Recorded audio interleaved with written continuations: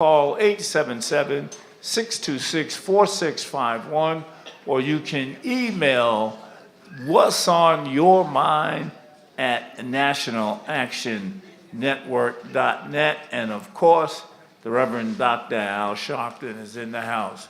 You want to call somebody, you want to tell them the action is on the air. The Reverend Dr. Al Sharpton is in the house, getting ready to come to you. Brothers and sisters, we always want to remind you that the NAN Youth Huddle will meet on Monday, February 26th at the House of Justice Auditorium for a special forum. You want to spread the word and get into the action with our youngest and brightest dreamers of today and leaders of tomorrow. For more information on the Youth Huddle experience, you can call us at 877-626-4651 or email nanyouthhuddle@gmail.com. This Thursday, February 29th, it is the last day of the month. It is also the last Thursday of the month. And if it's the last Thursday of the month, it is legal night here at National Action Network. So you want to let your family know, let your friends know, let those that need to get some answers to some questions of issues that they may be confronting to be here on Thursday night. We kick off everything at 7 p.m. You can get all the information. Also, if you can't attend, you can get all the information you need to participate online. But we will be here live in the House of Justice and ready to go by 6 p.m. All of the login information, if you're zooming in, you can get that from the website, and the password and anything else you need. We will have a special presentation from the Honorable Justice J. Michelle Sweeting regarding the work of the late and great Justice Constant Baker Motley, who was one of the historic justices during the days of the former Supreme Court Justice Marshall, and worked with that whole crew during that time. So you want to make sure you're here to get all of that, because if it's the last Thursday of the month, it's legal night here at National Action Network. You can call 877-626-4651 to get any additional information that you may need for that. Of course, today, Saturday at 5 p.m., tomorrow, Sunday at 5 p.m. You want to make sure that you are tuning in to MSNBC's Politics Nation with Al Sharpton. That's today, Saturday, 5 p.m., tomorrow, Sunday, 5 p.m. You want to tune in to MSNBC's Politics Nation with Al Sharpton. Right now, brothers and sisters, Dr. Alvin Ponder will be here. He's the Vice President of the New York City chapter to give you some additional information. Let's give him a welcome. Thank you, Attorney Harding. Good morning, brothers and sisters, listeners and viewers, and thank you for tuning in to another Saturday Action Rally with the National Action Network. Here's some information to keep you in the know. Reverend Sharpton in Esquire magazine. Now, be sure to check out the March 2024 issue of Esquire magazine featuring a lengthy 12-page article on none other than the Reverend Al Sharpton. In this exclusive piece, columnist Mitchell Jackson shadowed Reverend Sharpton for several months to capture National Action Network's fearless leader as he led rallies, as he marched, delivered eulogies, and even traveled to South Carolina to trace his roots with his daughters Dominique and Ashley Sharpton. The redemption of Al Sharpton is the title of the piece, which covers everything from the March on Washington to NAN's Saturday Action Rallies, to Reverend Sharpton consoling victims of police brutality, and so much more. The expansive feature highlights his decades of civil rights work, his relationship with James Brown, and his dedication to continue the nonviolent tradition of Dr. Martin Luther King. The 12-page feature is available in the March issue of Esquire magazine or online. Protesting for DEI. For what is now the 8th week in a row, the Reverend Sharpton, National Action Network, and supporters demonstrated in front of Bill Ackman's Manhattan office. The hedge fund billionaire orchestrated a vicious smear campaign against former Harvard President Dr. Claudine Gay and has continuously attacked diversity, equity, and inclusion programs. Each and every Thursday, protesters from all backgrounds join NAN as they chant in unison, when DEI is under attack, what do we do? Stand up, fight back. What do we want? And when do we want it? In previous weeks, NAN was also joined by 100 Black Men of America, Arian Simone, the CEO of the Fearless Fund and founder of the Fearless Foundation, as well as New York City Comptroller Brad Lander. The strong show of solidarity stands in stark contrast to Ackman's attempt to regress society. Reverend Sharpton and NAN vow to continue the weekly protests until DEI is protected in the workplace, DEI is protected in academia and everywhere. Victims of Navy Federal Credit Union. Now, on Thursday, Reverend Sharpton and the National Action Network held a press conference at the House of Justice headquarters alongside attorney Ben Crump and victims of discrimination by Navy Federal Credit Union as they demanded accountability. Recent Navy Federal Credit Union data revealed that they denied Black home loan applications at a rate of 52%, and they denied Latino home loan applications at a rate of 44%, compared to just 23% of white applicants. Even when factors like debt to income ratio, down payment percentage, and overall income were the same, many disparities were present. Veterans spoke on Thursday at the House of Justice in Harlem about how they were denied loans, even when doing everything right. Reverend Sharpton and the Attorney General of Black America, Ben Crump, vowed to keep fighting on behalf of such families and individuals until there is justice. Interview with Bill Ritter. Reverend Sharpton sat down with ABC 7 Eyewitness News anchor Bill Ritter. Did you see it? For an exclusive interview this week. During Black History Month, Ritter featured Reverend Sharpton for an illuminating conversation about the state of civil rights and his work through the years. Reverend Sharpton discussed the recent loss of affirmative action. He discussed voting rights and reproductive rights and how such losses neutralize the gains of the civil rights movement. The wide-ranging conversation also covered divisions in society, message for young people, and so much more. It was a great interview. Celebrating Black History. National Action Network has teamed up with the Congressional Black Associates, Horton's Kids, and others for a book reading event during Black History Month. The Community Service Project will feature books on Black history, specifically books that have been included in the National Banned Books list.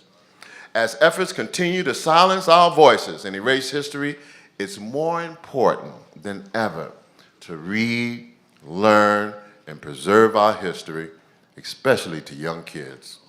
This Black History Reading Book event will take place on Tuesday, February 27th, Tuesday, February 27th from 5:30 p.m. to 7 p.m. And for more information on celebrating our community through storytelling, please visit us online at nationalactionnetwork.net. Welcome to all of you who have tuned in and joined us also via live stream at www.nationalactionnetwork.net and also live on Facebook at the National Action Network. If this is your first time joining us, and if you're not a member of NAN, we welcome you to NAN and invite you to join us and get into the action today. For more information and to join, you may visit again www.nationalactionnetwork.net or call 877-626-4651. Again, that number is 877-626-4651. And just text the word NAN, N-A-N, to 59769. Welcome. All right, thank you, Dr. Ponda. All right, our dear sister Nancy Darlene Crawford is coming to you right now because she wants to know what's on your mind. Good morning. National Action Network family, and welcome to another weekly segment of What's on Your Mind, where you, the community base and membership, share with us your viewpoints here at the National Action Network House of Justice, and you may do so by emailing us at whatsonyourmind@nationalactionnetwork.net or by calling 877-626-4651. Good morning, my sister. Please step forward, tell us your name, and briefly share with us what's on your mind. Good day, everybody, and God bless everybody. My name is Sister Reverend Word. I'm from Heaven, born in Harlem. I'm 72 years old and new, and I'm a National Action Network lifetime member. Of course, what's on my mind is Bible scriptures and the example that Christ Jesus set us to be focused. We say no justice, no peace. Now there's literally thousands and thousands of more people shouting no justice, no peace. But the one way to deal with that is to vote. Is to vote, is to vote, is to vote. We say vote, please, for democracy. God bless you all. Good day. Thank you, my sister. Thank you. Good morning. Tell us your name and briefly share with us what's on your mind. Good morning, Nan. My name is Dr. Jesse Fields. I'm a medical doctor here in the Harlem community. And what's on my mind today is the brother that I saw in the office yesterday afternoon. I haven't stopped thinking about him. He lives in a NYCHA development here in Harlem, a development like many others that has been converted to privatization, RAD-PAC. It's happening at many developments in Harlem and around the city. He's raised objections. He's objected to having to sign a new lease under privatization, and he has been harassed. His apartment has been neglected in terms of repairs, and his health is suffering.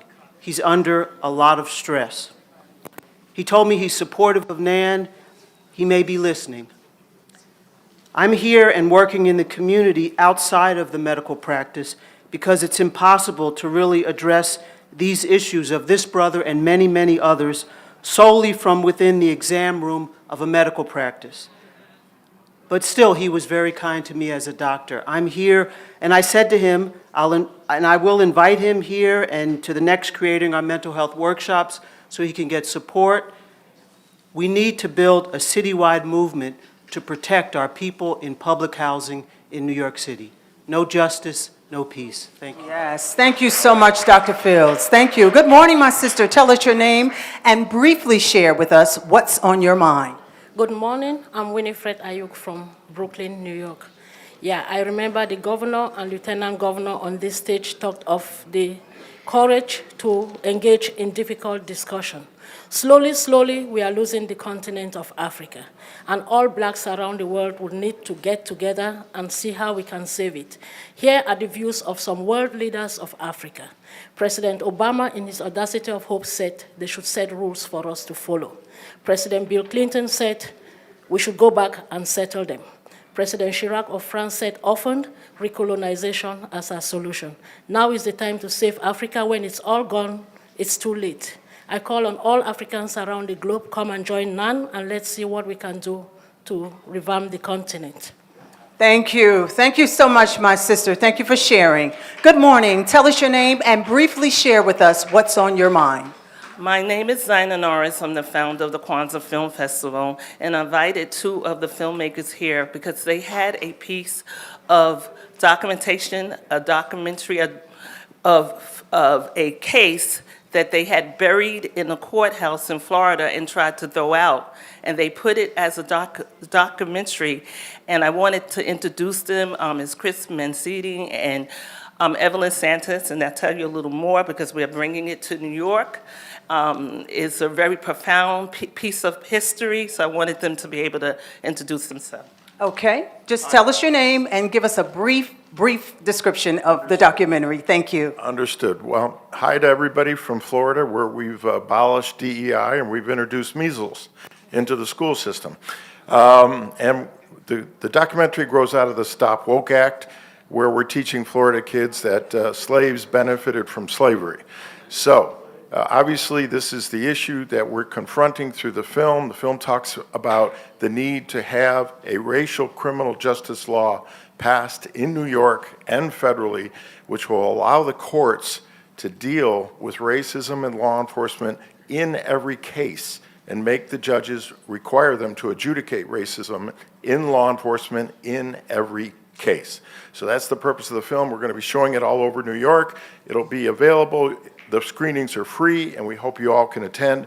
We're going to be showing it at the American Theater for Actors on 54th and at schools. If you have a place where you would like us to show this movie, just give us a call. Give Ina a call. Ina runs the Kwanzaa Film Festival. Thank you very much. Thank you. Thank you so much. Would you like to tell us your name? My name is Evelyn Santos. I'm from Florida, and I wish you all can come to see the movie. It's very make parallels with what happened back in the 30s, what's happening today. So I hope you can all come. Great. Thank you so much. Thank you for sharing that information. Thank you. And this concludes this week's session of What's on Your Mind. And we ask that you please keep in mind that all of the viewpoints shared here today were strictly those of the contributors and do not reflect the National Action Network. And if you would like to share with us what's on your mind, please email us at whatsonyourmind@nationalactionnetwork.net, or you may call us directly at 1-877-626-4651. Back to you, Attorney Hardy. All right, thank you for this week's version of What's on Your Mind. Right now, brothers and sisters, our Change Ensemble will be with us under the direction of Minister Tyrone Richardson.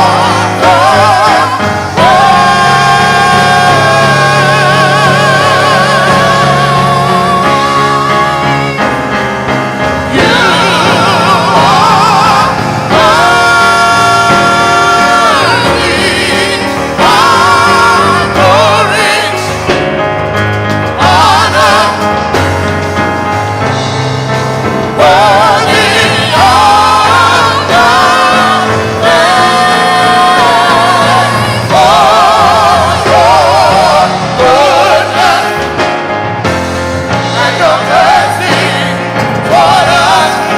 We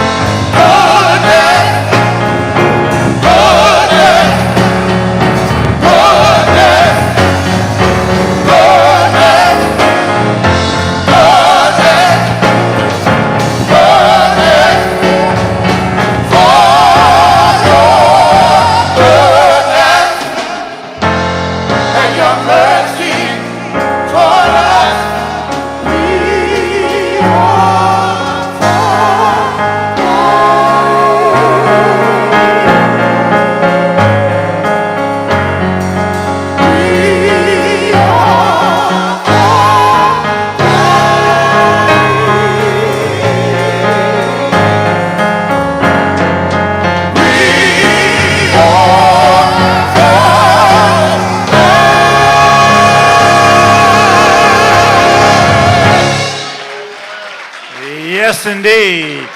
The Change Ensemble, under the direction of Minister Tyrone Richardson, and of course, accompanied by the Change Band. Right now, brothers and sisters, we're going to bring you in the house. And the house is all about the work of the committees of the National Action Network, and the incomparable Dawn Jones, chairperson of the Political Action Committee, is going to bring us in the house this morning. Let's give her a welcome.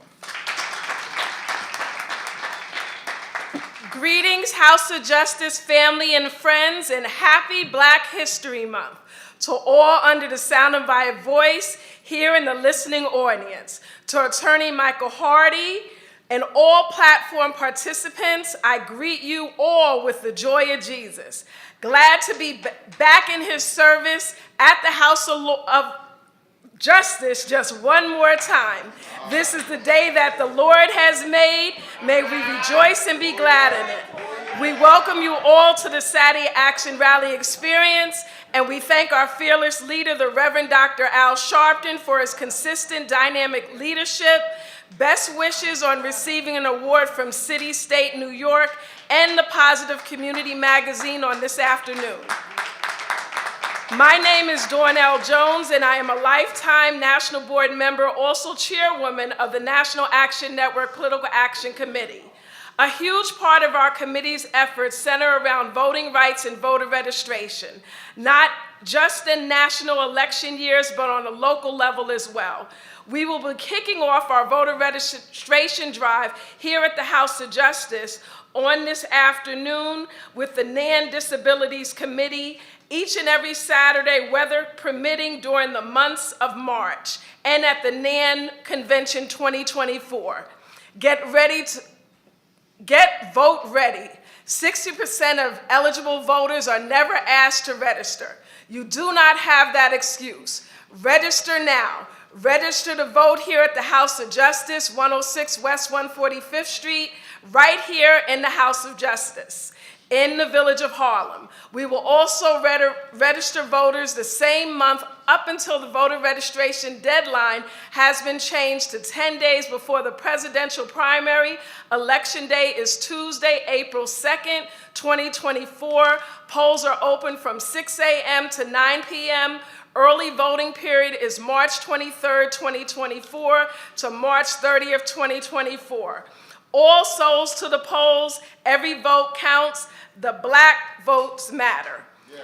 We will conduct a brief business meeting of NANPAC, which will follow our next scheduled forum in April, is National Financial Literacy Month, The Road to Reparations. Panel discussion with the NAN Men's Auxiliary will be held right here at the House of Justice, 106 West 145th Street, in the Village of Harlem, on Saturday, April 25th, 2024 at 12:30 p.m.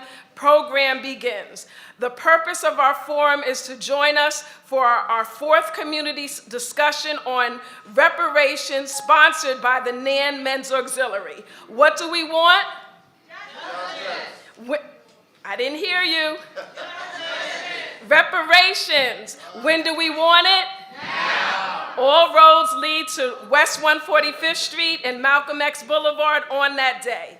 Our next scheduled February is Black History Month, fourth Saturday monthly meeting will be held right here at the House of Justice on Saturday, February 24th, 2024 at 11:30 a.m., immediately following the rally before the NAN Disability Education Forum hosted by the NAN Disability Committee. The purpose of our meeting is planning of our voter registration drives. Call and/or email Governor Kathy Hochul, ask her to hear us, help us, see us. Commuter Van Association of New York Incorporated is urging Governor Hochul to please sign the captive insurance bill A5294 and S4862 and release the sustainability pilot project funds for commuter vans. We are asking all of our elected officials to encourage Governor Hochul to deliver for the community van industry and our downstate communities on these critical issues. Defending democracy, empowering voters. The National Action Network Political Action Committee is a grassroots, nonpartisan, working to ensure everyone is represented in our democracy, also to protect and expand voting rights. We defend democracy and empower voters through activism, education, and forum at a local, state, and national level. Our meetings are held here every fourth Saturday of the month here at the House of Justice. It is our goal to provide the network with a platform that will identify our agenda and issues and embrace and promote them in the faith, community, labor, and political arena.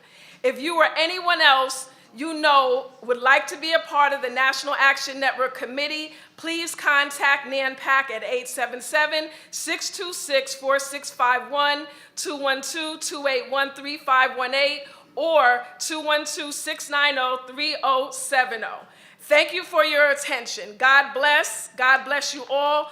God bless Reverend Dr. W. Franklin Richardson, Chairman and National Action Network. No justice. No peace. No justice. No peace. Have a blessed weekend. Stay healthy and safe. Turning it back over, tune in to Attorney Michael Hardy. We wish you peace, justice, and blessings. All right. Thank you, Dawn, for bringing us in the house. Right now, brothers and sisters, we're going to get a word from Jordan Wright. He's a political strategist here in the great village of Harlem. He's also a child of Harlem and the grandson of the late, great, honorable Bruce Wright, New York State Supreme Court Justice. Let's give him a welcome. How you doing, NAN family? My name is Jordan Wright. I am current Chief of Staff for Councilmember Yusef Salaam, and I have my own special announcement that I'll be making this afternoon on the corner of 135th and Lenox at 12 o'clock. I think it's really exciting. I think we're here to usher in a new era of Harlem and new era of politics. I think the state and the city level need to be working a lot together. So please, if you have a moment at 12 noon, come on by the corner of 135th and Lenox for a special announcement from myself. Thank you so much. I appreciate it.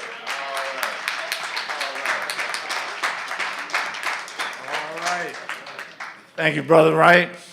Right now, brothers and sisters, the Change Ensemble under the direction of Minister Tyrone Richardson, along with a lead by Change member.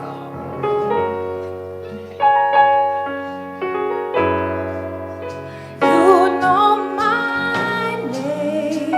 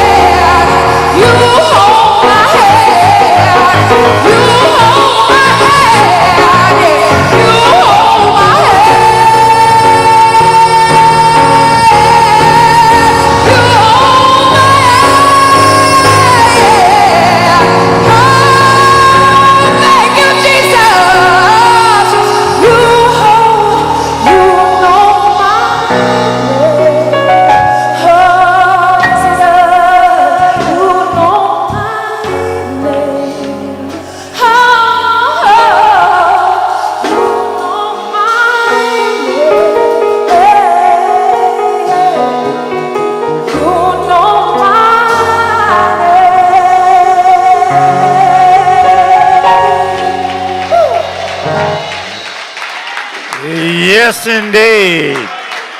Megan Buckley of the Change Choir under the direction of Minister Tyrone Richardson, accompanied by the Change Band. Right now, brothers and sisters, we are so pleased to have with us this morning for our inspirational word segment, the senior pastor of Mount Olivet Baptist Church in Hollis, New York, the Reverend Franco Harris.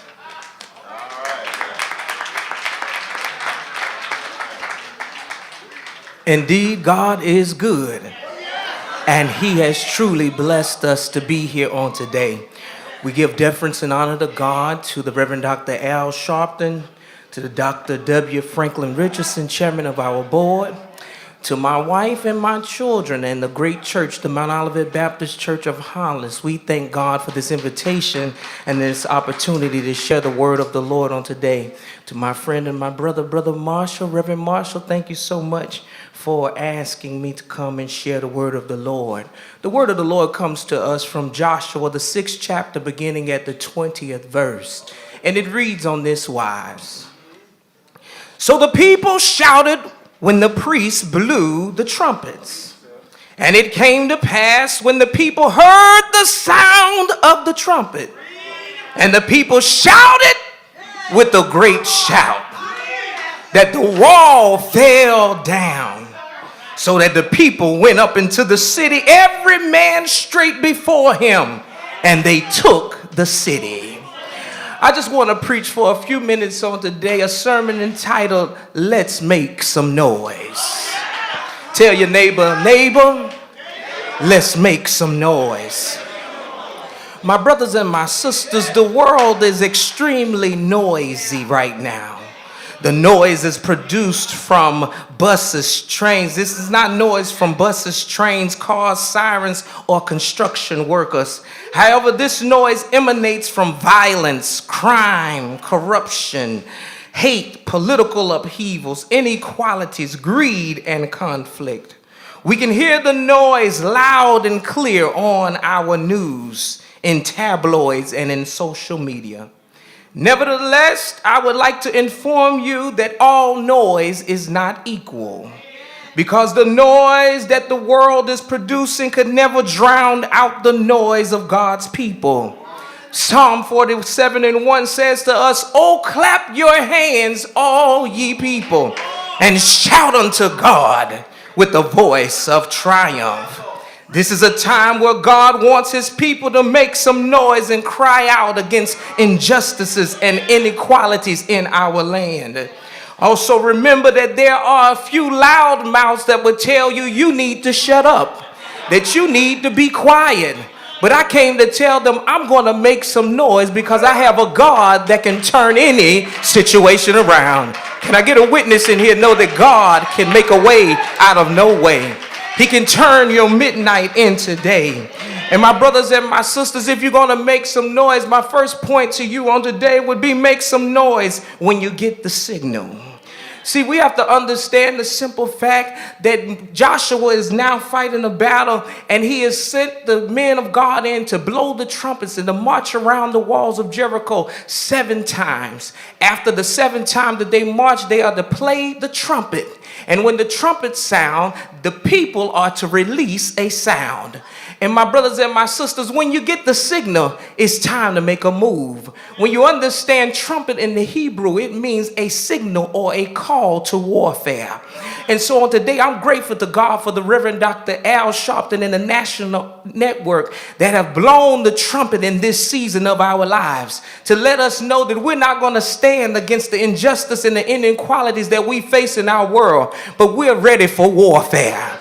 We're ready to fight in our communities. We're ready to fight for our schools. We're ready to fight for our families. We're ready to fight for those around us because we're not going to let the devil wreak havoc in our homes. Can I get a witness in here to say it's time to get busy for God?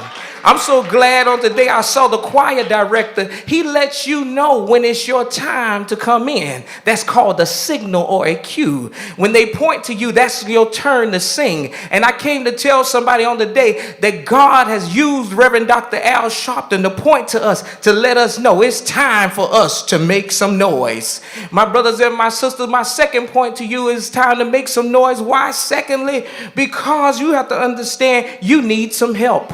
You can't do this by yourself. The walls of Jericho are more than 12 feet to 15 feet high, more than 6 feet wide. They don't have a bulldozer, they don't have an excavator, neither do they have a dump truck. But they do have their voices. And God used their voices to bring the walls of Jericho down.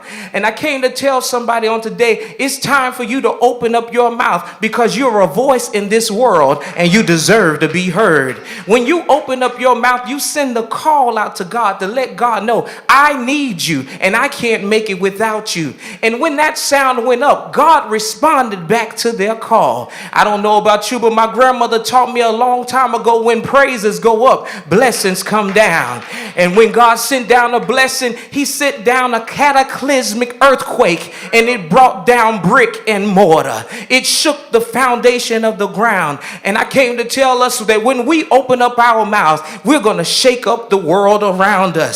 I came to tell you on today, my brothers and sisters, that if you open up your mouth, you can shake down the walls of injustices in our communities. You can shake down economic disparities. If you would open up your mouth, you can shake down gender inequalities. If you would open up your mouth, you can shake down educational disparities. If you would open up your mouth, you can shake down walls of poverty. If you would open up your mouth, you can shake down discrimination and prejudice. If you would open up your mouth, you can shake down marginalization and dehumanization. If you would open up your mouth, you can shout down environmental destruction and corruption. I came to tell somebody, this is not the time to be silent, but this is the time for us to open up our mouths and to make some noise.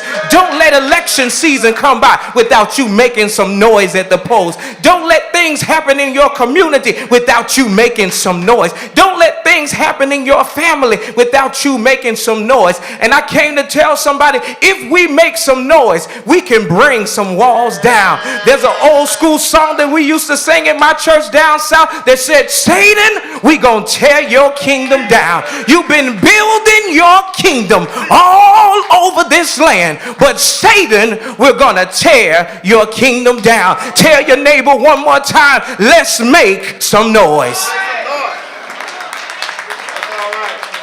All right, we want to thank the Reverend Frank O'Hara, Senior Pastor, Mount Olivet Baptist Church in Hollis, New York, for that inspirational word. The Change Choir.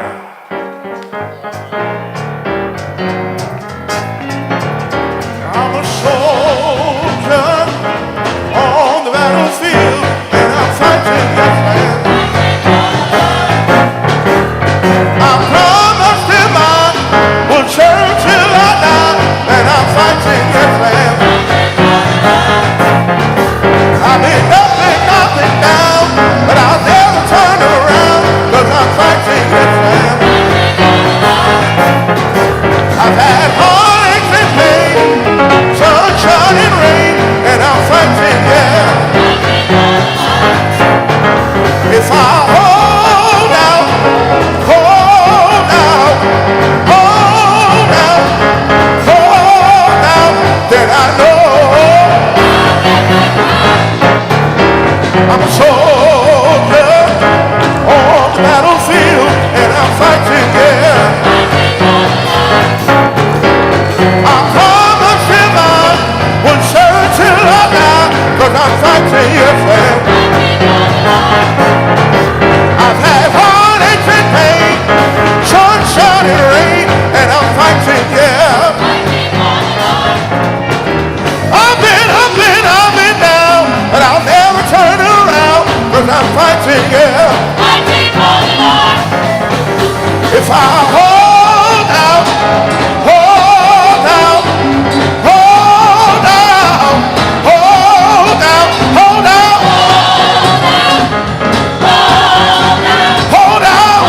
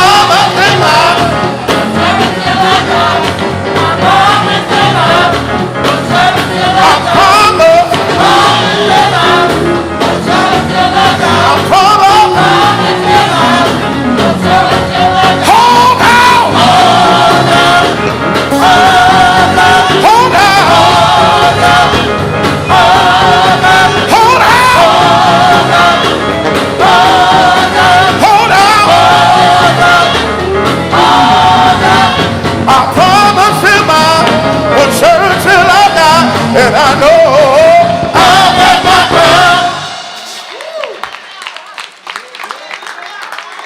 That is the Change Choir under the direction of Minister Tyrone Richardson, accompanied by the Change Band. Right now, brothers and sisters, I want you to get on your feet because we're going to bring out to you right now the president and founder of the National Action Network, the Reverend Dr. Al Sharpton.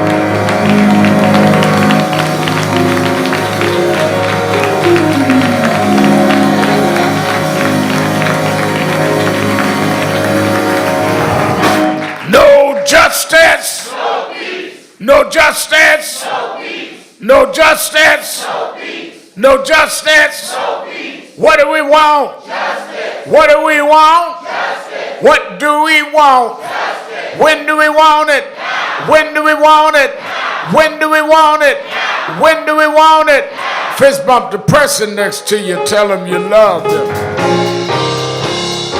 Never give up and never give in. A change will come. We break down within. Trouble and trials, but as always, we've got on our side nothing but violence. Oh Lord, be strong. A better day is coming and it won't be too long. Yes, change will come. Change will come. Change will come. Starting with you. Your change will come. Your change will come. Starting with you. Your change will come. Your change will come. Never give up and never give in. Change will come. We break down within. Trouble and trials will last always. With God on our side, nothing but violence. Oh Lord, be strong. A better day is coming and it won't be too long. Yes, change will come. Change will come. Change will come. Oh, your change Your change will come. will come. Your change, Your change is gonna come. I know it will. Your change Your change will come. Your change, Your change is gonna come. oh, your change Your change will come. Oh, your change, is gonna come. change will. Change will come. Change will come. Change will come. This week, many of us watched as they did the story of Mrs. Coretta Scott King and Dr. Betty Shabazz. Talked about how they both were widowed because of brutal assassinations. I knew both of them. Dr. Shabazz is the godmother of my two daughters, and I've got very close to Mrs. King because of my relationship with Martin III. I remember when Mrs. King, the picture that lays here, brought me to the grave of Dr. King, and it's right across from Ebenezer Baptist Church that Dr. King pastored. The original church is right next to it. And I thought about, as I was watching this movie, this documentary on, or docudrama on Dr. Shabazz and Mrs. King, how when Dr. King went to Atlanta to co-pastor his father's church, he had just finished leading the Montgomery bus boycott, where blacks couldn't even sit in the front of the bus, and they broke that in the city of Montgomery. But Atlanta was still segregated. Couldn't stay downtown at a hotel, couldn't use certain restaurants. But at that same church, Ebenezer, the pastor's a young guy we know. In fact, he went to jail protesting Amadou Diallo with Attorney Hardy and I. And he is now the first black U.S. senator from the state of Georgia.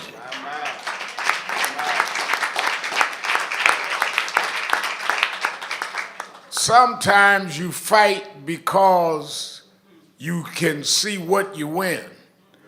But the greatest fighters is when you don't even know the reward, but you fight because it's right. There's no way Dr. King would have known the pastor that succeeded him and others would be the U.S. Senator. But all he knew that if you stand up and fight, your change will come. Your change will come. Your change. Just keep on fighting. Your change. I know it will. Your change. Oh, change will.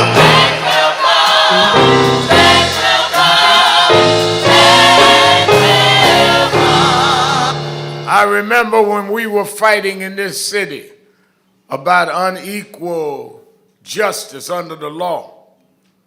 And there were some that would call us names. But there was one judge that would always say, wait a minute, I'm not giving this disproportionate sentencing and disproportionate abuse to blacks. Those that have done minor crimes need to be dealt with in that way. Those that have done major crimes need to be dealt with in that way. We had a mayor at the time named Mayor Ed Koch. And Koch would campaign against what he called poverty pimps. And he got angry at this judge, and he called this judge Cut Him Loose Bruce. Judge Bruce Wright.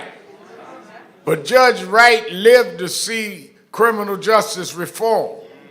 His son, Keith Wright, became the assemblyman here and became the county leader of the Manhattan County Party. And now Keith's son made his hello to us this morning. Now, I know he said he's got a special announcement later. I don't know what the announcement is. But I know he comes from the right stuff. And I know he's done the right stuff. And you know, National Action Network don't endorse candidates, but we do talk about people. And we do talk about the years of service for generations. And we do talk, I like folk that come by here before they running. Jordan been here when it wasn't fashionable to be here. So all I could say that somewhere his granddaddy is looking down from heaven saying, if you keep on fighting, they may call you one generation, Cut 'em loose, Bruce, but another generation, they'll change your name. Your change will come. Your change will come. Your change. Just keep the faith. Your change. Oh, yes, it will. Your change.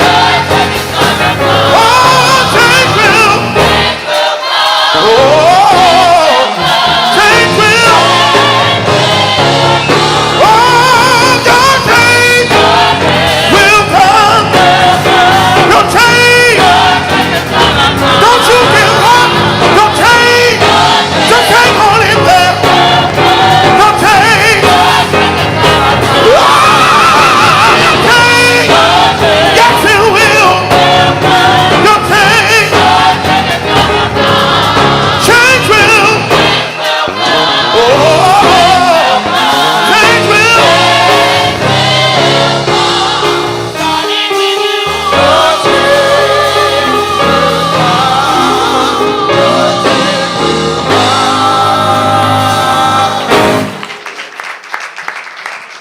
National Action Network Change Choir, give them a big hand. Give them a big hand. Certainly we're happy to be with you another Saturday morning for the Saturday Action Rally for you that are here in the House of Justice, 106 West 145th Street in the Village of Harlem. And for you that are listening live on WLIB 1190 AM in New York, and for you that are watching us on various media platforms, we're happy to be with you another Saturday morning to give our report on where the action is. Give a hand to our presider, Attorney Michael Hardy. our musical director, Minister Tyrone Richardson.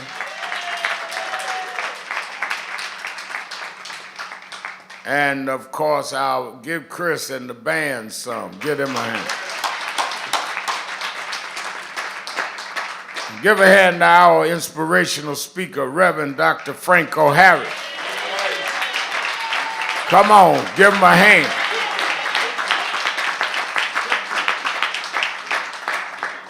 And certainly all of you that have gathered, let me, by way of announcements, before, I'm not getting ready to sing, I'm getting ready to announce. He tuning up at the wrong time. Tomorrow morning, I'll be at my home church where I am a member of Bethany Baptist Church, pastored by the great Reverend Adolfo Lacey. And it's Africa Day. And we dress in African garb that we always do at the last Sunday of Black History Month. And it was started years ago by Reverend Dr. William A. Jones, who started me in civil rights when I was 12 and became our pastor. In fact, I was baptized at 3 years old in Church of God in Christ. He rebaptized me in my 30s along with the whole family in 94 at Bethany, and I was a member of the church, and he started Africa Day, where we wear our African garb and we have the service in African garb, regular service, but African garb. And he asked me every year to preach Africa Day, and every year I would do that while he was there, and Reverend Lacey has honored me continuing that. So I'll be preaching the morning service at 10:45 tomorrow morning at Bethany Baptist Church, Marcus Garvey Boulevard, and Decatur in Brooklyn. I don't know what I'm going to preach, but I'm going to preach. I may go to the book of Franco Harris and talk about we need to make some noise. I just may. I don't know what I'm going to do. I hope you don't think I wasn't in the back taking notes. I also asked you, one of the things that is important is as we grow, you know, I'm doing the Bethany in the morning after I do my morning radio show, and then doing Politics Nation at 5. Then 8:30 tomorrow night, I'm flying to London. On Monday morning, I'm doing the Cambridge University's luncheon, and then Monday evening, speaking to their students. And then on Tuesday, we are having 100 ministers in London announce a drive for blacks to register and vote in England. And they wanted me to kick it off at the House of Lords in England. And then on that evening, Monday evening, I speak to the students at Oxford University. And then at 9 o'clock that night, I get on plane and come back. I'll be back here 11:30, given the time change. I land 11:30 Tuesday night, so I'll be back in time for the protest and all of that on Wednesday, Thursday. But the thing that is, you know, impressive to me is that in 1991, I believe, that they killed a young black brother in the city of London called Roland Adams. It was a mob attack. White mob didn't want him in a certain area in London. And some activists had heard of what we had done here in the United States with Howard Beach and Bensonhurst, and asked me to come over and join them. And I flew over to London. I'd been to England only one time. James Brown had brought me over there. He was doing a concert. But this is the first time I went as me. And we led a march in a section of London where they killed Roland Adams. And it was almost like Bensonhurst.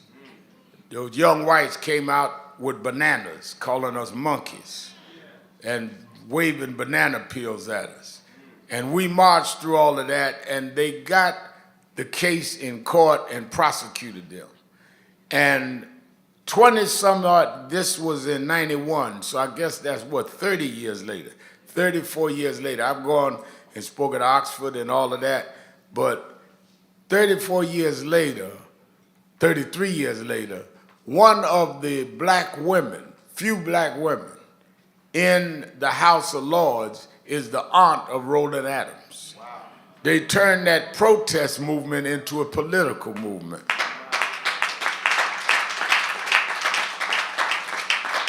One of the two activists that invited me to London in 91, Jordan, right, is a brother that is named Simon Woolley. He has now been knighted Sir Simon Woolley, and he's a member of the House of Lords. And he's one of the presidents of the campuses at Cambridge University. So he kept growing and kept going, and he's still active. When you heard them talk about they got this big spread on me in Esquire, many of us grew up, and many people thought we would never amount to nothing. And as I read these profiles now, it's good now, but you should read the stuff they wrote about me on the way. And they're going to keep writing it, because we're going to keep fighting.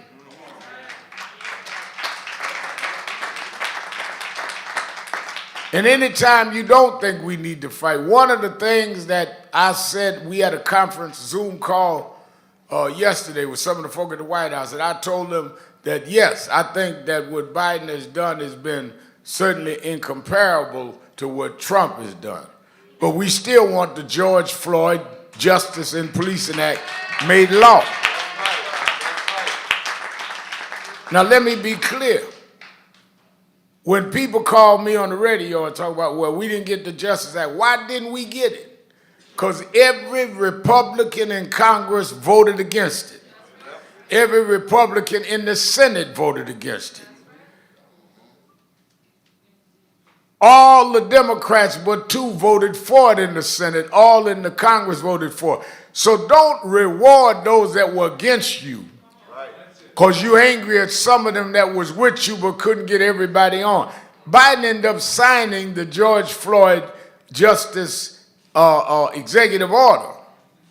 If you've seen the pictures, me and Terrence, stand up, Terrence Floyd, George Floyd's brothers in the house. Give him a hand. George Floyd's daughter and all of us stand up there when he signed it. Now, one of the things I want to be real clear on this, getting past the politics of it, and I'm not dealing with the politics of it, I'm dealing with the cause. That's why I say I don't know what Jordan is going to announce in 2 hours. I don't know what Jordan Wright is going to say. It's Wright with a W. Don't be looking for the wrong number. W-R-I-G-H-T. Just so you know, I try to do a little help every now and then. But I do know that, first of all, for a man to be fined with interest, $500 million, $500 million, where he can't run his business, but you gonna put him to run the country? Now, if they proved that he inflated in fraudulent ways his own finances, lived in an apartment or in a condo, 10,000 square feet, and said it was 30,000. Now, I don't care where we live, you can't underestimate or overestimate where you live by 20,000 feet. Now, you might get 1 or 2 feet wrong, 20,000 feet. And you gonna put him over the country, but it gets worse than that. He went and spoke at a black gathering in South Carolina yesterday and had the nerve, the unmitigated gall, to insult us by saying that he'd been indicted 4 times, and some blacks liked him and related to that. Oh, that's what he said. He said, in fact, you got some blacks walking around with T-shirts with my mugshot on it. It is nothing but playing to the criminalizing of black folk in this country.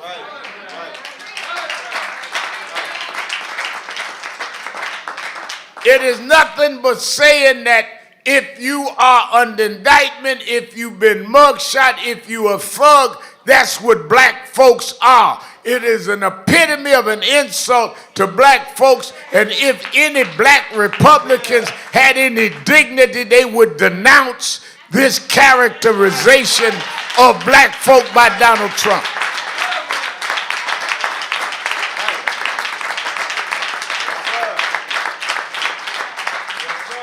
That goes past politics. The nerve to act like we relate to mugshots. We only win mugshots because the criminal justice system in many cases wasn't fair to us. We dealt with indictments we should have never got. Some were guilty, many were not. So don't try and act like that is who we are. That is who we were beat down to being. Now, Trump knows, because he did that to 5 innocent black young men in this city. That got to be known as the Central Park 5. One of them here this morning, stand up, Corey Weiss.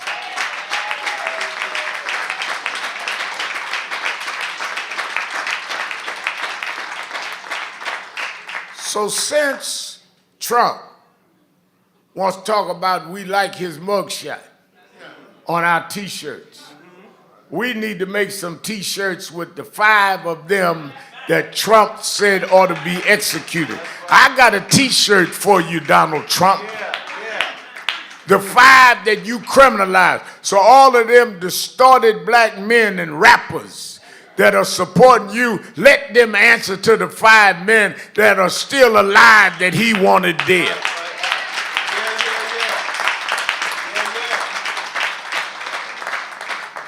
And on top of that, I mean, now, you know, some folks can make something that is at one level and degrade it. You know, people, you know, I grew up in the church, and people would say, well, you know, that preacher wasn't of our caliber. You know, some preachers just get up and misquote scriptures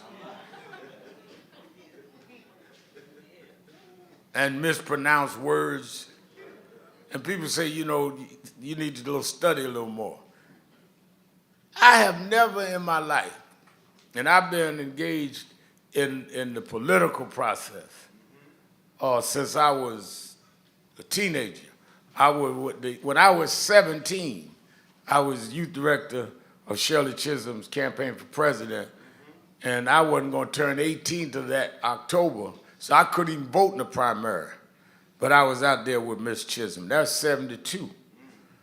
I've never, in all my involvement, I've dealt with the last 5 presidents, from Jimmy Carter on.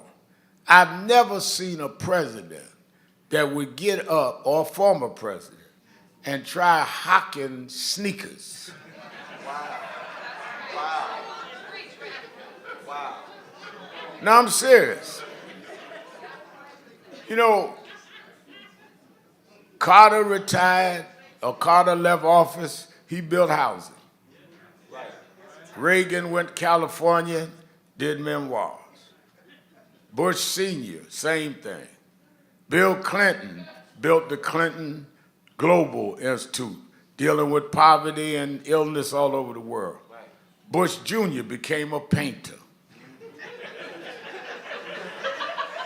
He paints portraits. Obama wrote memoirs and formed a media company, putting out some of the best documentaries out. But Donald Trump came out with some gold red-bottom sneakers.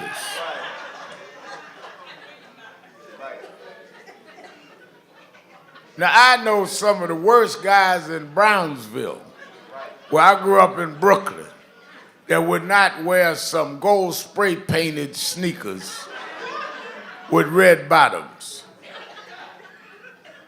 But that's what he thinks of y'all. He owe $500 million, buy my $400 sneakers. And I'm telling you, House of Justice is open to everybody. But if you come in here with some Trump sneakers,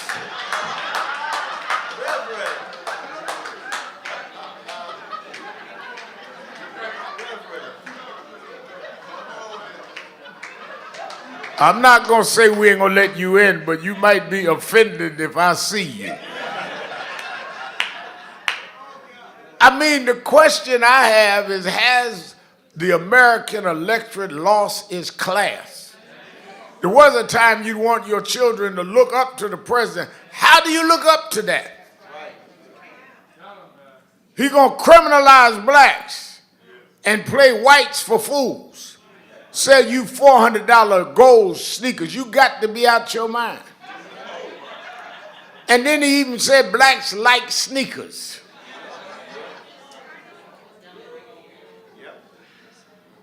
This stereotyping of blacks, that's why I want y'all to keep in mind Central Park 5. That's what he thinks of us. Called our African countries, S-hole countries. That's what he thinks of us. Can you imagine he go to a black audience and talk about mug shots and talk about his 4 indictments, and you run around asking about Biden, who said the night he was elected he wouldn't have got there if it wasn't for blacks and the old blacks. Biden, who put the first black woman on the Supreme Court, and the first black woman as vice president. But you gonna compare that to a guy that says you like mugshots. We have got to be clear on what we stand for so that our children are clear. Let me tell you, these people, once you let things go awry, all this arguing about the migrants. First of all, Trump said he was going to build a wall and solve the migrant crisis. There is a migrant crisis that Biden needs to deal with, but the migrant crisis started under Trump. Biden is being challenged to correct what Trump did not correct. Where is the wall? He said he's going to build a wall and make Mexico pay for it. Well, where is it? Then Biden says, okay, I'll close the border. Let's do a border legislation, border closing legislation. The Republicans said, wait a minute, Trump said don't pass it. He wants the issue out there till he runs in November. So they don't want to solve the border issue. They want to play on the minds of people. Oh, Biden didn't form the border road. Why didn't you tell the Republicans to vote for it? They got things in the bill I don't even agree with. But it was their stuff, and they won't even vote for it. And I get people, oh, well, we got to do something about the migrants. Well, you better not bring in somebody that says, let the issue continue so I can try to win votes. And then deal with the humanity of it. One of the things, you know, Reverend Stephen Marshall was part of this when I went to Texas 2 or 3 times to where the refugees and those that were seeking asylum were. One of the things they're not talking about is the child labor that many of the corporations in this country are using some of these migrant children to do work. There are 6,000 young people, young children that they found that's working in the fields. that are children of those they came across the border, because they know they can't do that to us. So they give them jobs. They got people running around talking about they taking out jobs. The jobs they got them doing are not jobs we did since slavery. And we didn't get paid. And they formed this as a new labor base. Let me tell you something. This Black History Month, the fact of the matter is what they did in slavery, they repeatedly do is underpay us. And if they get free labor, they'll do that. American economy was built on no wages. Anybody can get rich if you got workers that you don't have to pay. If they making tobacco saleable, cotton saleable, and you ain't got to pay nobody, you're not being brilliant to have a big plantation. You're a maneuverer of human bodies. And that was the history. When I was reading, they have a story in the New York Times this morning, be in the morning time, and of Carter G. Woodson, and how Carter G. Woodson, who founded Black History Week, that later became Black History Month, he died before he knew it became that. And Carter G. Woodson had a row house in Washington, D.C. And he turned that row house into the Institute of Dealing with Negro Study, later named African American Study. And he talked about, he was the child of slaves. And he became the second black in the history of Harvard University to get a PhD from Harvard. First was W.B. Du Bois. But he started as a worker and had to work his way up. When you see blacks that have achieved things in black history, deal with the context and the time in which they did it. See, it's one thing that they talk about black PhDs because you have many. But talk about blacks that got PhDs in the early 20th century. Talk about people that achieved things when they could not even eat in a restaurant. Talk about where people had to go up against odds, that they had legal barriers. From the Emancipation Proclamation in 1863, you went to 12 years of Reconstruction. Andrew Johnson, who succeeded Lincoln, broke down Reconstruction, made the deal until the Hayes Compromise later it was made, and then 1896 led to Plessy versus Ferguson, which basically said blacks had no rights. From 1896 to 1954, the whole law in this country was against us. That's the history. So whatever your granddaddy, grandmama, great-granddaddy, great-grandmama did, they did it by legally being banned. And you talking about, I don't want to go old school, when you are not realistically dealing with the forced old school your granddaddy had to deal with. When you deal with the context that they had to deal from, you'll find out they were stronger than you. When you got to deal with that legally, we didn't even have the right to equal education till 1954. And still don't get it, but it was not even illegal till 54. And yet, we produced PhDs. Yet we made and built black colleges. Yet we had everyone from Mary McLeod Bethune to concerto sopranos like Marian Anderson, despite the fact it was illegal for us to be excellent. And you think you're smarter than them? They had to be smarter than us because they broke the law and learned anyhow.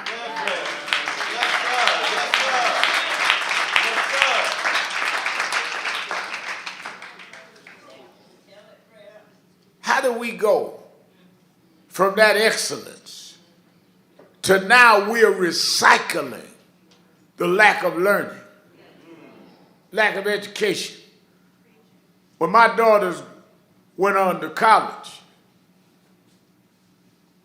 and would tell me how on the campus they would talk about if you were well-spoken and well-read, they tell you, were you acting white?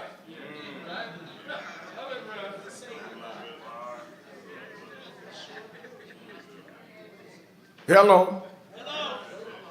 So I asked Dominique, well, if speaking well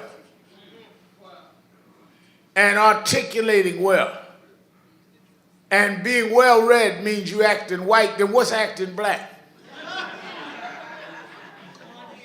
They're ingraining in our children to act inferior, be inarticulate, be unlearned is synonymous with blackness. It's the same thing as Trump saying a mugshot is the symbol of who we are. That's right. And they elevate it in the culture. Yes. That's why, Reverend Harris, they make and extol artists now that demean black folks. That's right. That's it. Call yourself out your name. How do you stand up on a stage in front of 20,000 white fans and call yourself a nigger? Call your mama a hoe. And act like that's our culture. That is not our culture. And when somebody sings a gospel song, or a rhythm and blues song, or jazz, or folk music like Richard Havens, you call that old school. No, that is the school. Right. That was the music that we did in the cotton fields looking for the day that we would be free.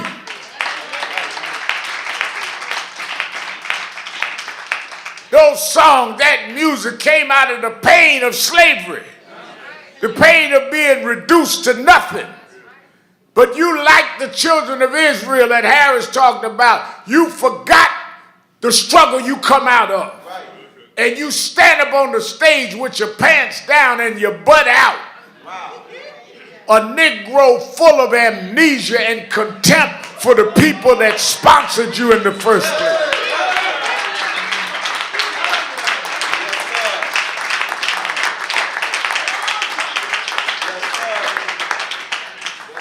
You don't want to talk about it because you want to be popular with them.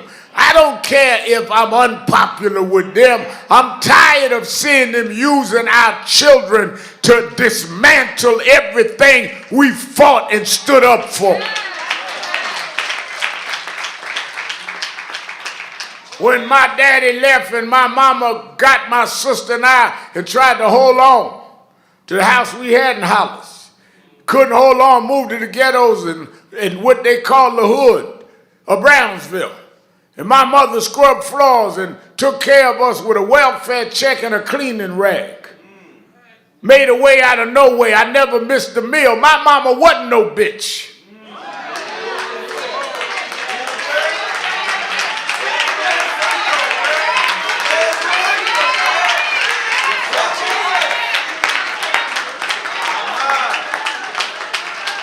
Now, if you want to sing that about your mama, talk about your mama. My mama was a black woman that got on her knees and scrubbed floors and made a way out of no way and brought us to church and taught us what God was. My mama had no education, dropped out of school in the 5th grade, but her son is going to lecture at Oxford University.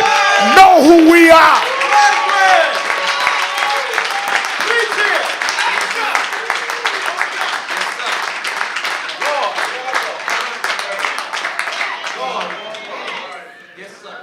You got to have an insult level.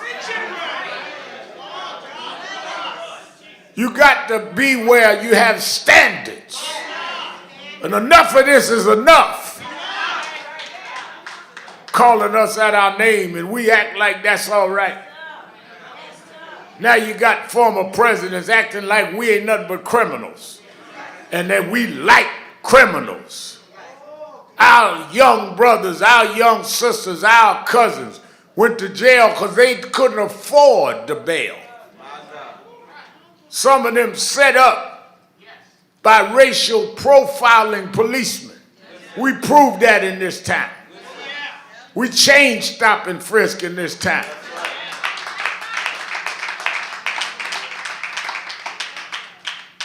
Wasn't nothing wrong with us. It was the conditions we were put in. We were always equal to everybody else. But we were given unequal positions. That's why we marched to keep DEI. We're in our 8th week. Reverend McHenry, Brother Christian, others leading this march. I've been out there with them 4 or 5 of the weeks. I'll be back in town to be there this Thursday. Why are we going down there? Because unless you have, that's why I went into from 1896 to 1954. If you do not have things in place by law, people are not going to, on their own, change nothing. That's right. Why would they change an advantage for you? You must make the laws work where they have no choice. And what happened is they formed diversity, equity, and inclusion, DEI, to make up for the exclusion that we had to suffer historically. And we still need, well, Reverend, that was back in the day. Well, let me look at the facts. The wealth gap between whites and blacks in 1992, wealth gap, was $124,000. This is based on family. Today, it's double that, $240,000. That's why we're marching now. Household wealth of whites is $119,000.8. $119,800 is the average white medium income household as of last year. For blacks, it's $6,500. Household white wealth collective, 119.8 trillion. 6.5 trillion only for blacks. Now let me give you the home income, medium income at home. Whites, the medium income white family in the U.S. now, 285,000. For blacks, it's only 45,000. How you gonna make it equal without programs like DEI?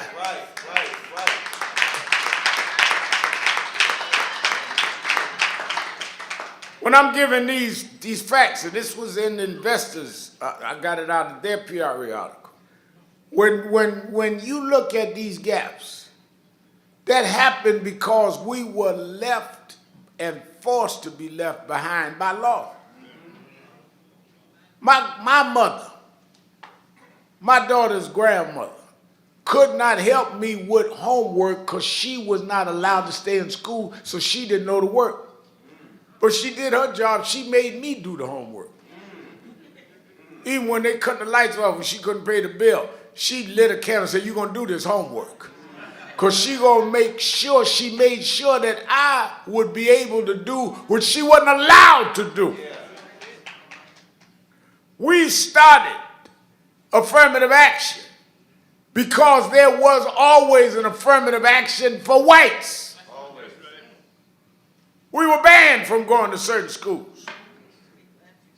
They could always go. And those that came out of certain wealthy families, if they gave to the Ivy League schools, they had the advantage based on their family, that they had an advantage to get into college.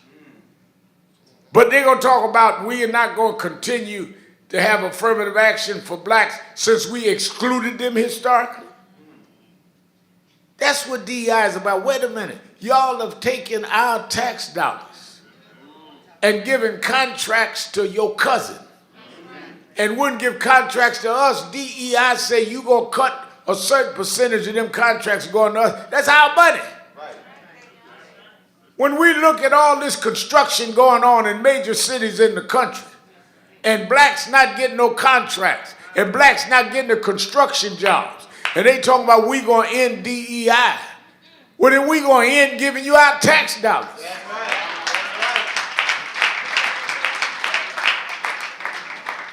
And they give you these hallucinations. I saw one of Trump's sons on TV the other night talking about his daddy helped build the skyline of Manhattan. I said, what is he drinking?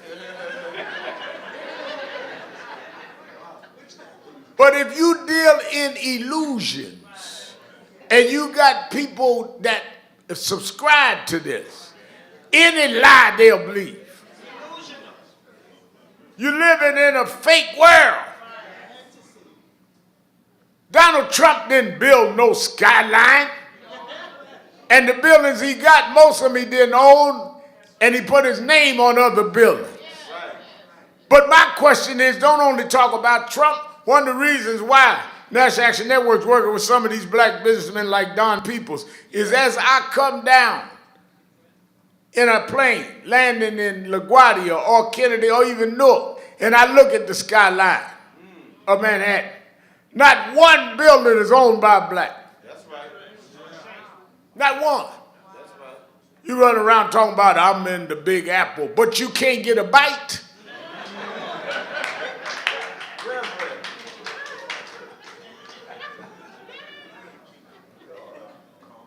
We've been economically locked out.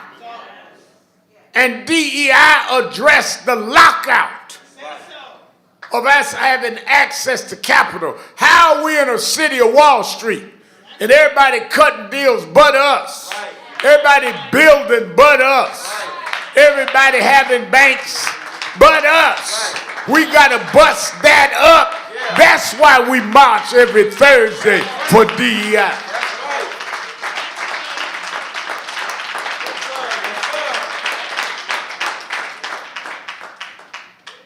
That's why at our national convention, and y'all watching on Impact Television around the country, y'all need to come and get ready to be here April 10th through the 13th.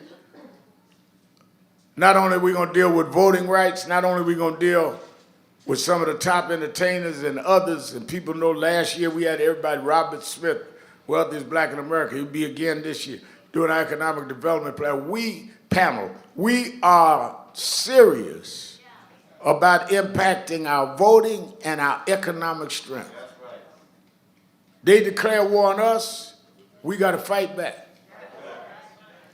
They say they're going to close these programs down. Everything that was gained, talk about Black History Month, everything that was gained out of the 60s, they are dismantling.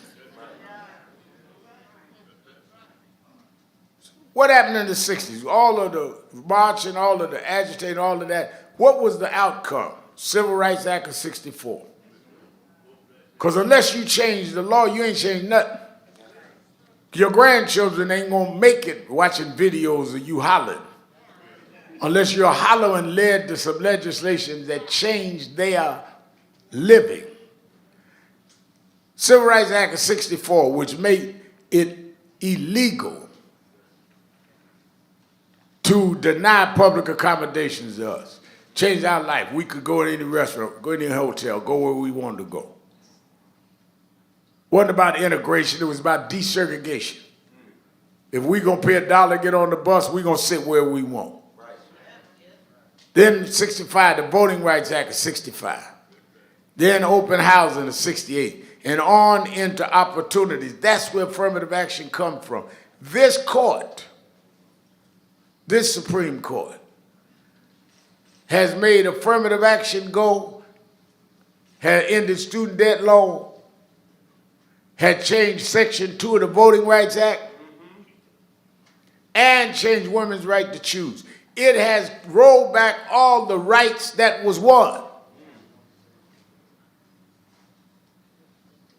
If there is an assignment or a mandate for our generation, is to be the ones that restore what has been taken from us.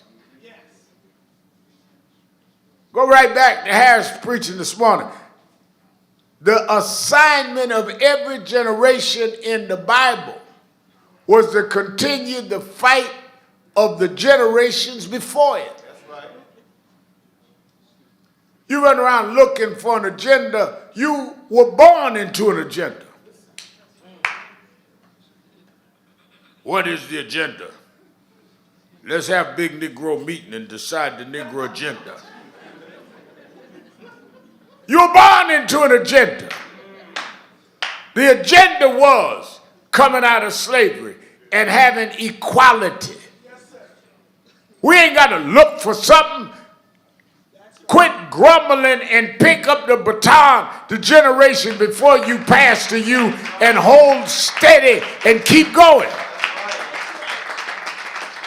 What are you trying to figure out what Dr. King and Malcolm and others already figured out? But no, you want to come with something new. Feeding your ego rather than feeding our agenda. I go up on these campuses and you got professors teaching all kind of ideological stuff. And none of them involved. I said to the guy the other day, let me ask you a question. You teach at this great school about blacks. Do you ever talk to them?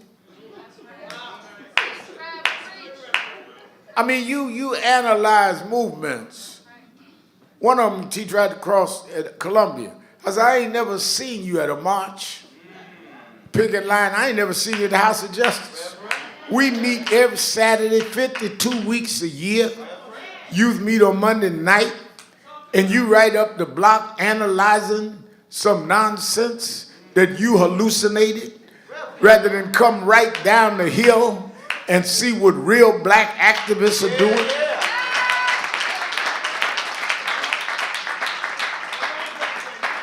I mean, you get your paycheck if they're going to pay you for something. But if they ask me, I'm going to tell them you making this stuff up. Well, let me give you the pathology of the George Floyd movement. Talk to Terrence Floyd. Stop talking for people that you don't talk to.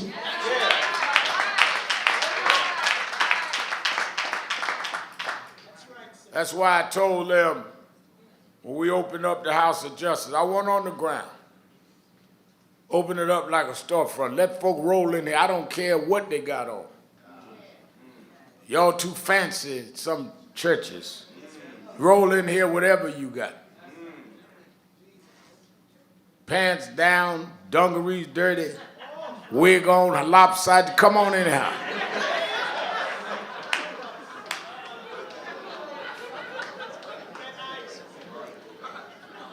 Because movements start from the ground up.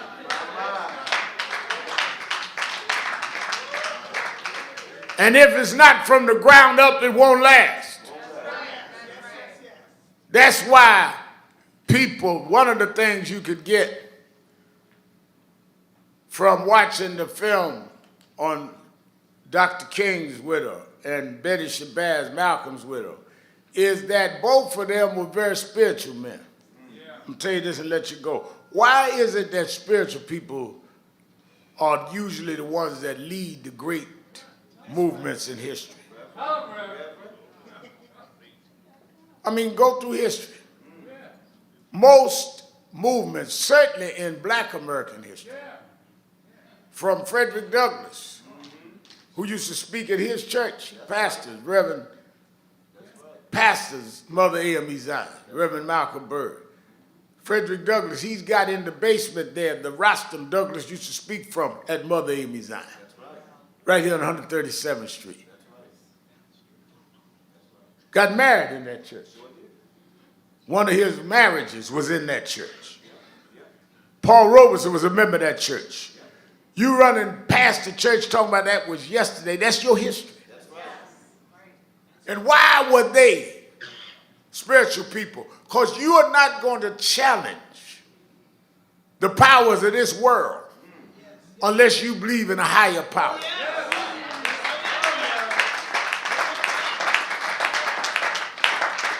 Dr. King would have not challenged the powers of Alabama if he didn't believe in the powers of heaven. Malcolm wouldn't have stood in Harlem and talked back to the cops unless he believed that he was covered by something else.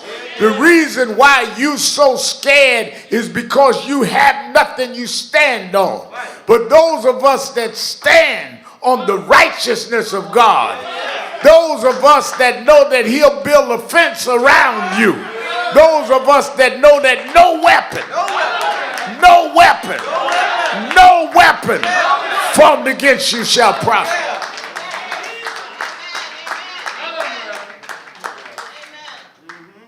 Spiritual people. People that know that God will take nothing and make something happen. I was watching early this morning, I come out the gym, they were talking about, they had these little sessions where they talk to people, get them in a session. I don't know what they call it. Marshall probably know. And it's where they sound off, got 10, 12 people. Who do you think gonna win? Everybody, Trump. What do you think about this church? They came with this decision in Alabama saying that embryos are now babies. And they went at the IVFs, which now they're going to lose a lot of white women on that. Hello. You start going crazy, you start getting real crazy. But here, they were talking all that, but I said, I don't care about no polls. We never had the polls on our side. If they took a poll in 63, America would have said, no, don't change the laws to let blacks in. If they had taken a poll the day before Dr. King died, black folks would say Dr. King's day was over. Right. You don't go by the polls. You go by what is right. Yes. That's why Dr. King said you got two kind of leaders. Reverend Harris, he said you have thermometers and you have thermostats. Thermometers tell you the temperature in the room. 60 degrees, 50 degrees, 70 degrees. Temperature records by a thermometer. Thermostats change the temperature in the room. Our job is to be thermostats. Our job is when they're being quiet about how we're being mistreated and unjust, you turn the heat up. That's what Christian hollering in the megaphone down on 11th Avenue every day. That's what McHenry's doing. Turn up the noise. You done got too quiet. They got you running around here fighting for everybody's rights but yours. Like you comfortable in your position. Turn the noise up. They called me in the documentary loudmouth. That's right. That's what I was, that's what I am. Because even if I can't figure out how I'm going to do something, I'm going to be loud and let you know I don't agree with where you got me. I tell the story all the time. Reverend Harris wasn't here, so I'll tell it again. I was born, Kings County Hospital. Night I was born, there was 3 of us in the maternity ward.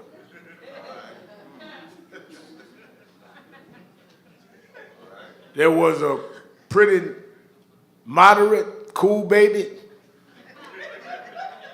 There was a kind of halfway looking around the maternity ward baby. There was me. Got late, it was feeding time. And we wanted our bottles. The nice, cool baby all the way to the right, put her little pinky up trying to get the nurse's attention. She kept walking. The baby in the center kind of like shook his little rattle. His mom and daddy brought him a little rattle, trying to get the attention. Jordan, nurse kept walking. I looked and checked out. The pinky didn't work, and the rattle didn't work. So I started kicking and screaming and hollering, and they all started running in there. I've been getting milk ever since.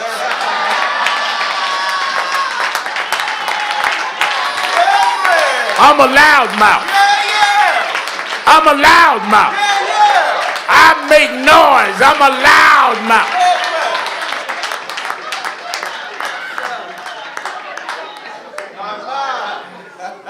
And I don't care what you call me. I don't care what they write about me. I don't care what they say on Fox News. Because I heard Megan Buckley say he knows my name. You can't tell him who I am. He knows my name. He knows I was born in the gutter and lifted to the top. He knows my name. He walks with me. He talks with me. He tells me I'm his own. You might have come in here depressed today, but he knows your name. Be not dismayed, whatever betide. God will, God will, God will take care of you.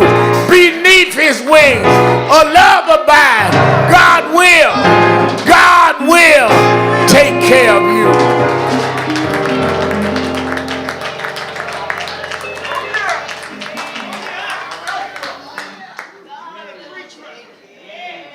Be not dismayed.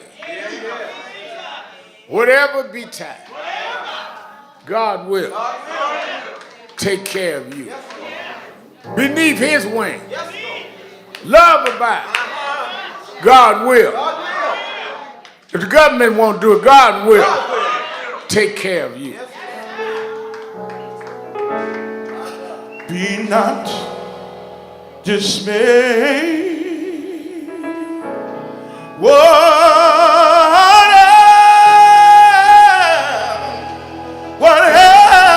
betide, God will take care of you. Beneath his wings, oh,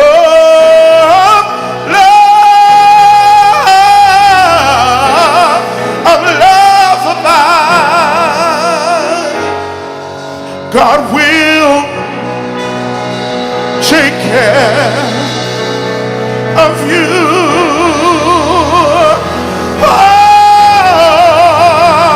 God will take care of you through every day. And he'll take care of you all the way. He will take care of you. Oh, God will take care of you. God will take care of you through every day. He'll take care of you all the way. He will take care of you. God will take care of you.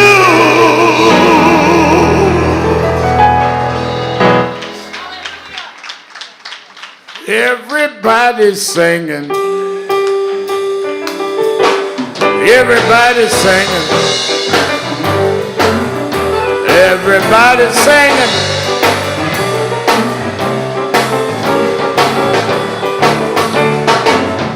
Everybody's singing. Sing it like you mean it. Sing it like you mean it.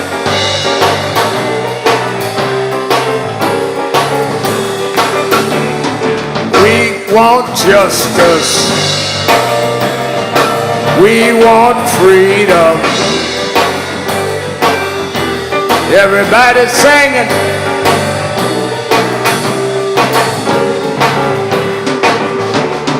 One more time, y'all.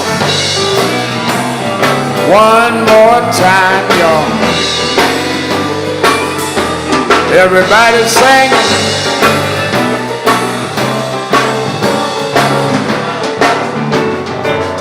I'm gonna open the doors of the movement. There may be someone today that comes to the rallies but never joined National Action Network.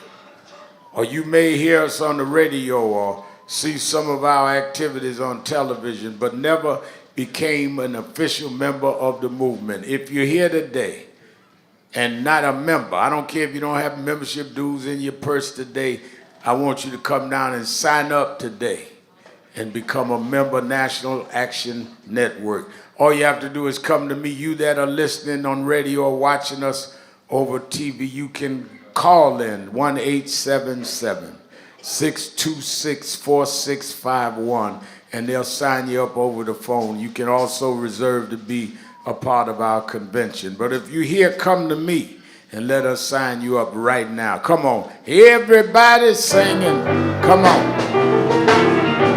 Everybody sing. Everybody singing. Come on.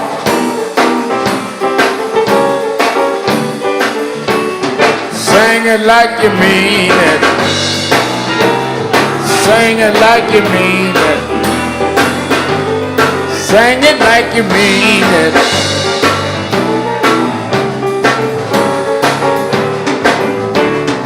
We want justice.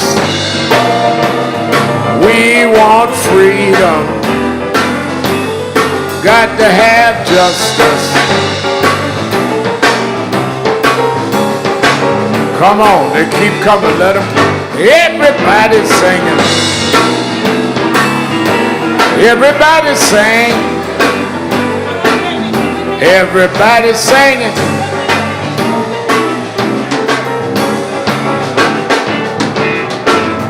Everybody now. Everybody sing. Everybody singing.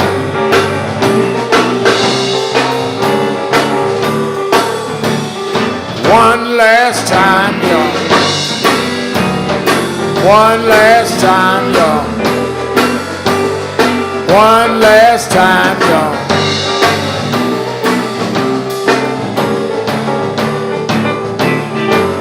All right.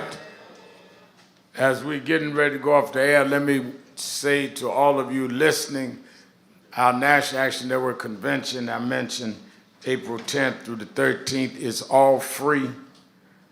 Go on your website and sign in now.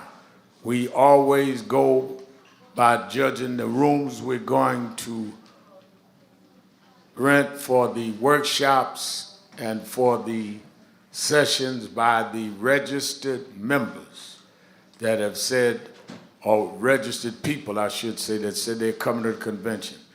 So if you're coming, if it's one day, if it's 2 days, if it's the whole 4 days, go to www.nationalactionnetwork.net and sign in today, because we're making our arrangements April 10th through the 13th right here in Sharpton, New York. A lot of people from out of town has already signed up. We got one half a plane already booked from LA. And I haven't even announced who's going to be the speakers and who's going to run the workshops. Folks just know we're going to have the best. Go to nationalactionnetwork.net and sign up. I want to thank the Positive Community. Did a cover story that's coming out on our work. All right. You that are clapping, I want you to go right in your pocket. It's time for the offering. I'm glad to know you got hands to go in your pocket.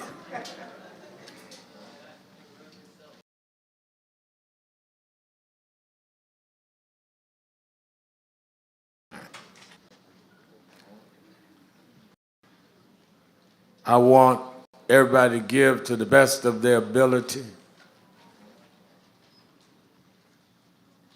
I need about 10 people, 10 that will start with $100 or more, 10.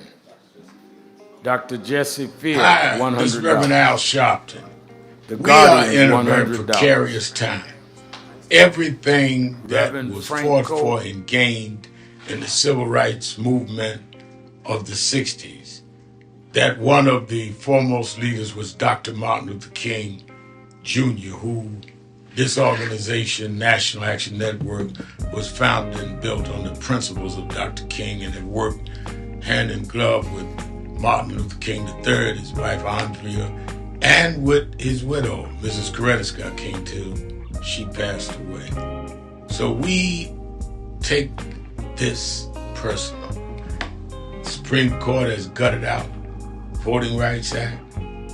They have ended affirmative action, and now they're going after diversity, equity, and inclusion, calling it DEI. We've been picketing some of those leading that charge. And it goes on, criminal justice reform, police brutality. All of that goes on, hate crimes at a height. And all of this into this election year. So I have not done this before, but I wanted to make this appeal to you now in January, right after King Holiday, to prepare to be in New York on the April the 10th to the 13th for National Action Network's convention. We need to really come from all parts of this country and be part of a plan to fight back and to turn these people around. They're gathering. We need to gather. Yes, we have a big convention every April. Yes, a lot of notables come, and they'll be there this year. But I want you there, because we've never been in danger like we are now of losing it all. And those that fought and suffered to get it, we need to just be a little inconvenienced to keep it.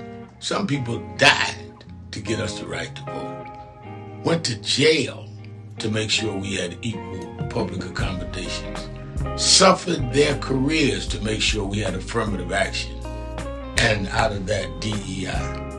And all I'm asking you is to come 3 days or one of the 3 to be part of all the workshops. I'll release the whole schedule and the notables coming and the experts that'll be there sometime mid-February. But I want you to pencil in now that you have a date with destiny in New York, National Action Network's Convention 24.